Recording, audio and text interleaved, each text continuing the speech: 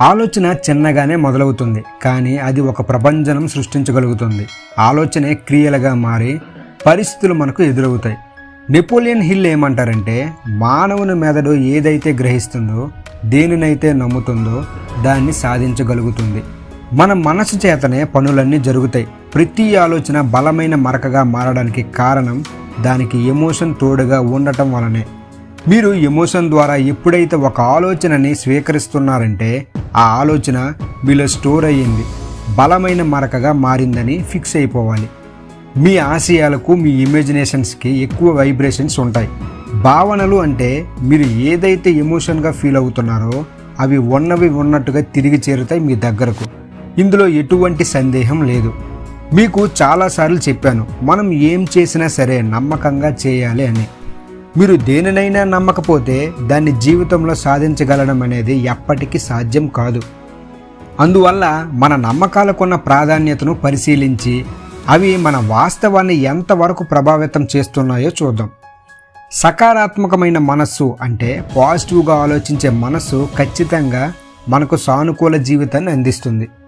మీరు ఒక విషయాన్ని ప్రతికూలంగా అంటే నెగిటివ్గా భావిస్తున్నారో అనుకుందాం, అది పాజిటివ్ ఎలా అవుతుంది?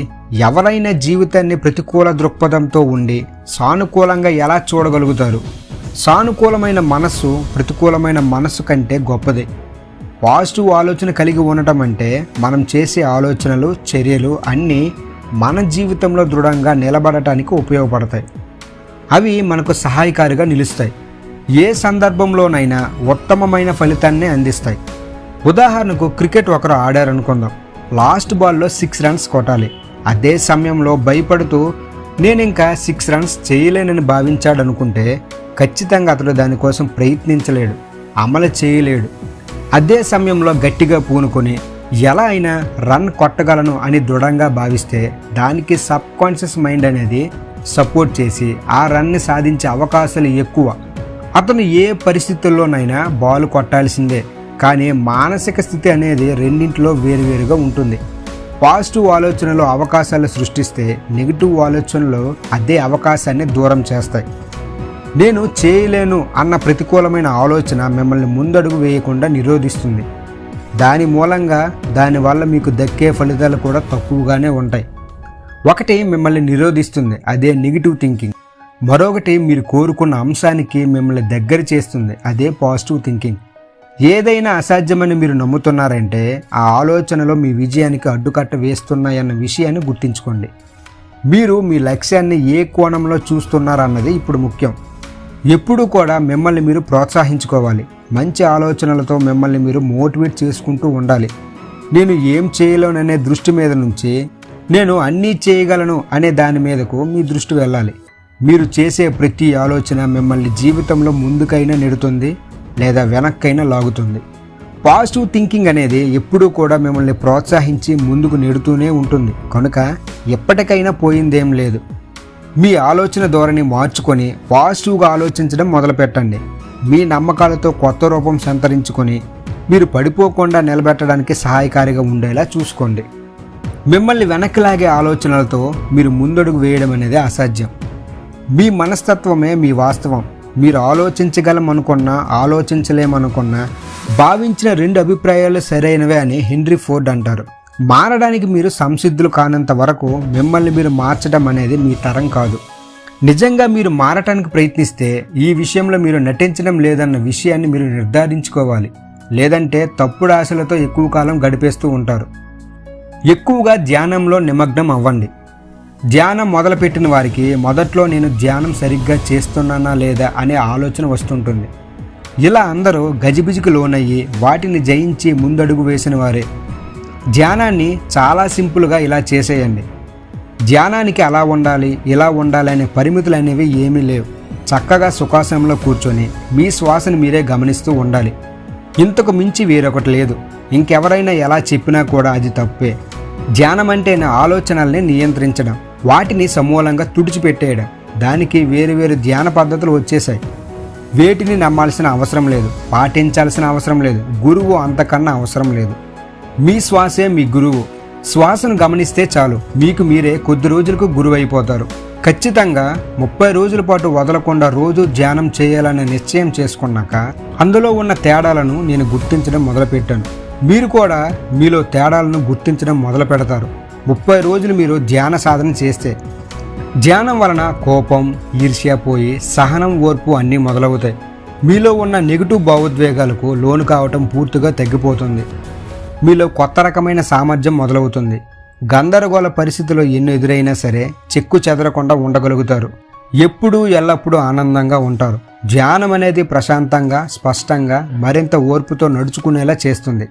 ధ్యానం సాధన చేయటంలో సహజ సిద్ధంగా వచ్చే ఆలోచనలు మీ బుద్ధిపై వెలుగును ప్రసరింపచేస్తాయి. కీలకమైన ఎన్నో ప్రశ్నలకు సమాధానాలు దొరుకుతాయి. మీ ఆలోచనలకు మంచి ఫ్రీక్వెన్సీస్ని అందిస్తుంది ఈ ధ్యానం. మీ ఆలోచనలు మార్చే వ్యక్తుల నుంచి దూరంగా ఉండండి. మీ వైబ్రేషన్స్ తగ్గిపోవడానికి కారణమయ్యే వ్యక్తుల నుంచి దూరంగా జరగటం అనేది చాలా ముఖ్యం.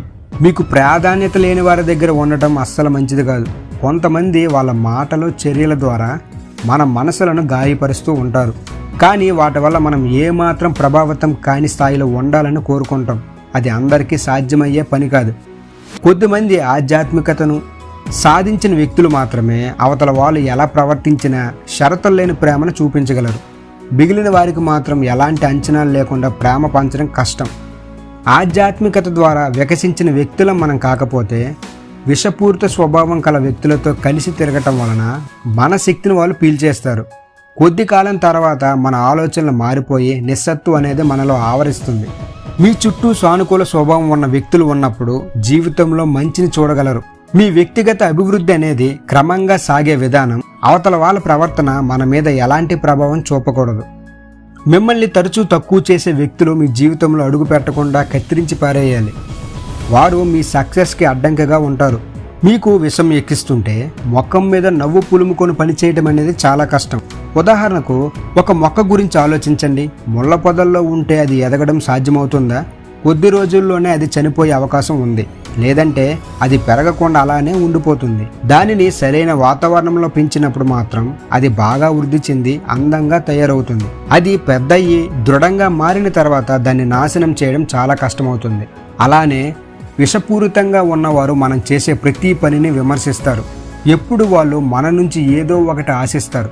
గౌరవం ఇవ్వరు, సహకారం అందించరు, పైగా అవహేళన చేస్తూ ఉంటారు. మనల్ని తృణీకరించడం, మాటలతో నిందించడం ఇలాంటివి చేస్తూ ఉంటారు. వాళ్ళ ఆలోచనలన్నీ మార్చుకోవాలన్న ఉద్దేశం ఏ కోసాన ఉండదు. మీ చుట్టూ ఇలాంటి చెడు స్వభావం ఉన్న వ్యక్తులు ఉన్నప్పుడు మీరు మానసిక ప్రశాంతతను కోల్పోతారు. దీనివల్ల ఈ బాధను మీరు వేరొకరికి పంచే ప్రమాదం ఉంది. ఇప్పుడు మిమ్మల్ని మీరు ప్రశ్నించుకోండి. ఇలాంటి వ్యక్తుల నుంచి దూరంగా ఉండాలని ఆశించుకోవడం స్వార్థమవుతుందా? వారు తమ స్వార్థ బుద్ధితో చేసే పనులు అంగీకరించి సర్దుకుపోవడం సరైన నిర్ణయం అవుతుందా? చెడు స్వభావం ఉన్న వ్యక్తులతో సంబంధాలను తుంచుకోవడం అనేది కష్టమైన విషయం. అందులోనూ వారు మీకు సన్నిహితులైన వ్యక్తులైతే మరీ ఇబ్బంది. ఒక్కసారి మీరు వారి నుంచి దూరంగా జరిగితే మీలో సానుకూలత అనే నది ప్రవహిస్తుంది. మీకు ఆత్మశోధనకు సమయం చోటు లభిస్తుంది. కోలుకోవటానికి, ఎదగటానికి వీలవుతుంది. మనం ముందు చెప్పుకున్న మొక్కగా దృఢంగా మారుతారు. మీరు మీ ప్రవర్తన ఎప్పటికప్పుడు పరిశీలించుకోండి.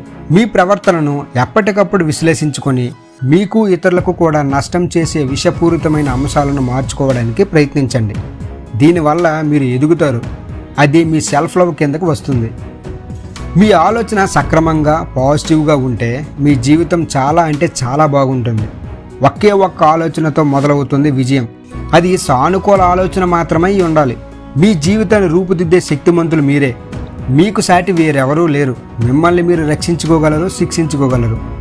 అనవసరమైన చెడు ఆలోచనలతో మీ మైండ్ మొత్తాన్ని నింపేసి మీ జీవితాన్ని చెడుకు అంకితం చేయడం మంచిది కాదు.